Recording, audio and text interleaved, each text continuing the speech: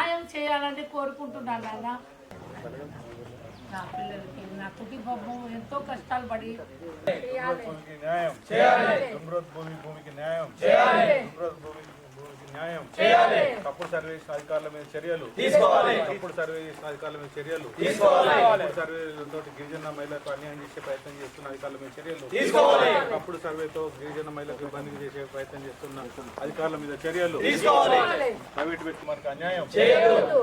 తప్పుదోవ పట్టించిన అధికారుల మీద చర్యలు తీసుకోవాలి. 100 ప్రమాణాలతో సర్వే చేసినటువంటి రెవెన్యూ అధికారుల మీద చర్యలు తీసుకోవాలి. 100 ప్రమాణాలతో పత్రాలు ఇచ్చినటువంటి అధికారుల మీద చర్యలు తీసుకోవాలి. రెవెన్యూ అధికారుల మీద చర్యలు ద్వంద్వ ప్రమాణాలతో పత్రాలు పట్టా భూమిని గిరిజన మహిళ పట్టా భూమిని కొనుక్కున్న పట్టా పెట్టిన తర్వాత రెడ్ క్రాస్ పేరు మీద గిరిజన కూడా అన్యాయం చేద్దాం. మా భూమి మాకు ఇవ్వాలి. న్యాయం చేయాలి. గిరిజన కుటుంబానికి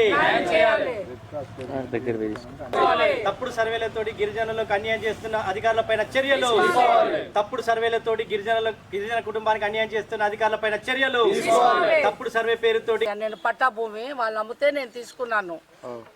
తీసుకొని నా పిల్లల పేరు మీద నేను వాళ్ళకి ఎవరికి వాళ్ళకి 100 గజాలు రిజిస్ట్రేషన్ చేశాను. పిల్లలకి ఇచ్చేసిన అయితే మేము తీసుకున్న దాని మీద నా పట్టా ఉంది, రిజిస్ట్రేషన్ ఉంది, ఎల్ఆర్ఏ ఉంది.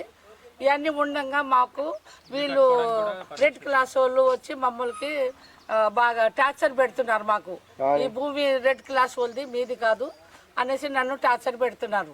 కాబట్టి వెంకటరెడ్డి, విశాల ప్రసాద్, మళ్ళీ ఆయన ఏంటి నెహ్రూ డాక్టరు వీళ్ళు అందరు వచ్చి ఇది మీది కాదు భూమి, ఇది రెడ్ క్లాస్ వాళ్ళది అనేసి నన్ను టార్చర్ పెడుతున్నారు.